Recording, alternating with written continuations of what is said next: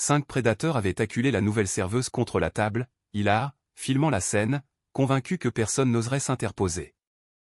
Mais lorsque la pièce fut gagnée par le silence et que l'homme au costume de flanelle foncé se redressa depuis la pénombre, leurs sourires s'évanouirent les premiers. Ce qu'il fit ensuite ne se borna pas à la sauver. Il inscrivit un avertissement dans le bois lui-même, un avertissement que toute la ville chuchote encore. Si cette histoire vous a accroché et que vous souhaitez en découvrir d'autres, abonnez-vous et laissez un commentaire pour me dire d'où vous écoutez. C'est toujours fascinant de voir la portée de ces récits. De plus, une autre histoire incroyable vous attend dès demain, et vous ne voudriez la manquer pour rien au monde. Bien, reprenons le fil de notre récit. L'arôme du café noir corsé et de la cire à l'huile de citron conférait d'ordinaire au bistrot des Remparts une atmosphère de refuge. C'était le genre de lieu hors du temps. Un havre chaleureux, nimbé d'une lumière dorée, blotti au cœur d'une petite ville de province où les réverbères, vandalisés des années auparavant, n'avaient jamais été réparés. À l'intérieur, la mélodie du jazz était feutrée, la baguette fraîche était croustillante, et le monde extérieur, un monde de ciment gris et d'âme en peine, semblait à des années-lumière. Mais ce soir-là, l'air était chargé d'une tension inhabituelle. Il ne fleurait pas la quiétude. Il exhalait une odeur d'ozone, âcre et métallique, celle qui précède un orage dévastateur. Chloé Martin se tenait derrière le comptoir d'acajou verni, ses jointures blanchies sur un torchon humide. C'était seulement son 5e service. Elle avait 24 ans, mais sous l'éclairage ambré, avec sa chevelure sombre nouée en un chignon strict et sa blouse blanche sobrement boutonnée jusqu'au cou, elle paraissait plus jeune. Elle donnait l'impression de quelqu'un s'appliquant de toutes ses forces à être transparente. Elle maintenait son regard sur les nervures du bois qu'elle lustrait, fuyant les yeux des quelques habitués disséminés dans la salle. Ce travail était vital pour elle. Elle avait un besoin impérieux de ses pourboires en liquide, de cet argent qui échappait au circuit officiel, intraçable pour l'homme qu'elle avait fui en traversant 3 frontières régionales. À chaque tintement de la lourde cloche de bronze au-dessus de la porte, le cœur de Chloé s'emballait dans une cadence frénétique, un réflexe acquis au cours de 3 années passées à redouter le moindre faux pas. Mais quand la porte s'ouvrit en grand à 20h15, ce ne fut pas son passé qui fit irruption. Ce fut une menace sans doute plus explosive. La porte ne fut pas simplement ouverte. Elle fut violemment repoussée contre le mur, la vitre vibrant dans son châssis. Le murmure ambiant du restaurant s'éteignit sur le champ. La musique jazz parut se dissoudre, étouffée par cette brutale intrusion sonore. Une bande de 5 hommes se déversa dans la salle, amenant avec eux l'air glacial et humide de la rue. Ils étaient jeunes, braillards, et traversés par une énergie qui témoignait d'un sentiment de domination arrogant. Ils n'avaient pas l'allure de clients, mais plutôt de conquérants inspectant un territoire fraîchement soumis. Leur chef de file était un homme qui semblait façonné à coups de stéroïdes et de mauvaises intentions. Il portait un t-shirt blanc ajusté sous un gilet noir qui menaçait de craquer sur une musculature de prisonnier. Ses bras étaient massifs, son cou inexistant, et son visage affichait un rictus permanent d'amusement agressif. Il était flanqué de 4 autres, une troupe uniforme de blousons en jean et de sweats à capuche. Leur regard balayait la pièce, à la recherche de failles, de quelque chose à briser. Chloé sentit le froid familier de la peur la glacer jusqu'à la moelle. Elle connaissait ce genre d'hommes, non par leur nom, mais par leur archétype. C'étaient les loups qui infestaient la ville. Ce que les gendarmes ignoraient, la paperasse étant un fardeau et la peur plus simple à gérer à distance. Une table pour 5. Claironna le meneur, sans demander, mais en imposant. Il n'attendit pas le maître d'hôtel. Il traversa la salle d'un pas arrogant, ses bottes martelant le parquet. Les autres clients, monsieur et madame Lacroix près de la vitre, et Pierre Lambert, un homme las qui savourait un verre de vin rouge, plongèrent le nez dans leurs assiettes. La règle de survie au bistrot des Remparts était élémentaire, éviter tout contact visuel. Chloé était pétrifiée. Le maître d'hôtel était à l'arrière. Le patron, Stéphane Leclerc, dans son bureau. Elle était seule. « Dis donc, la miss. » La voix siffla comme une lanière de cuir. Le chef l'avait remarqué. Chloé inspira profondément, gardant l'air dans ses poumons comme un rempart, et quitta l'abri du comptoir. Elle saisit 5 cartes, les pressant contre sa poitrine.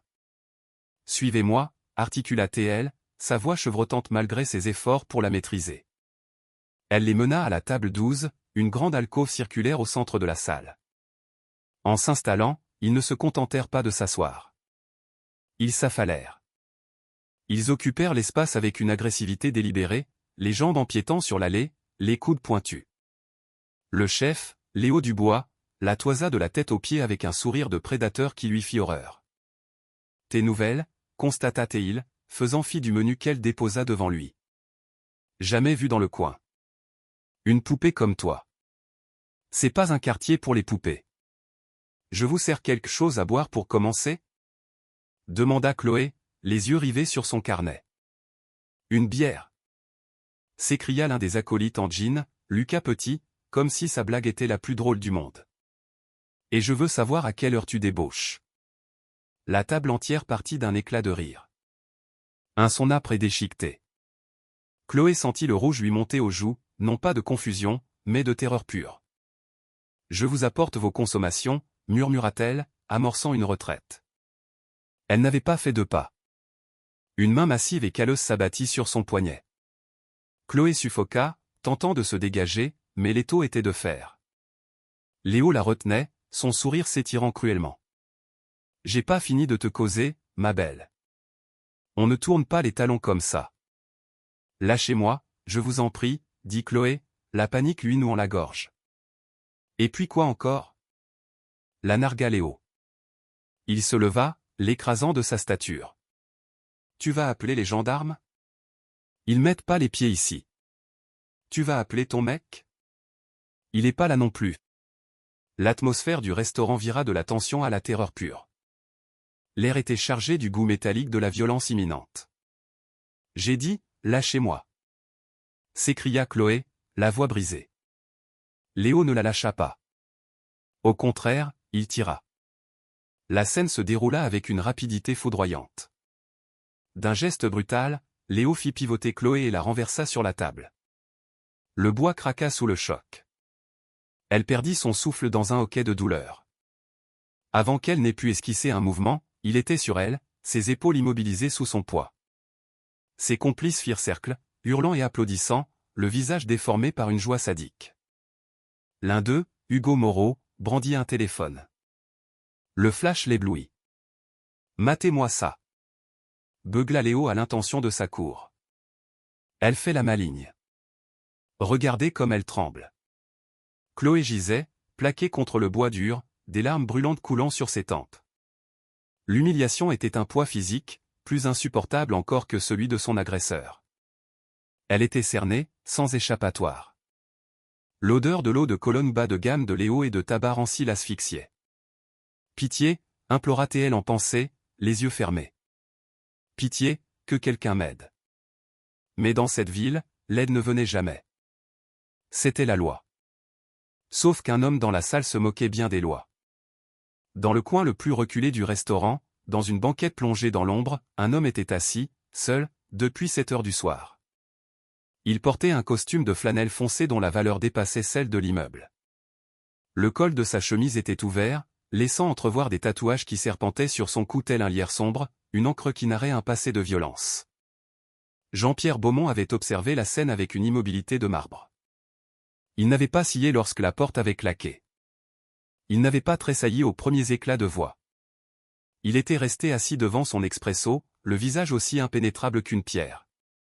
Mais lorsque Léo avait jeté Chloé sur la table, lorsque la peur dans ses yeux s'était changée en un abîme de désespoir, quelque chose s'était brisé dans le regard de Jean-Pierre. Un ressort s'était tendu au plus profond de sa conscience. Le restaurant résonnait des rires gras des agresseurs, le son d'une meute s'acharnant sur sa proie. Ils étaient si bruyants, si enivrés par leur propre pouvoir, qu'ils n'entendirent pas le grincement d'une chaise sur le sol, dans le coin.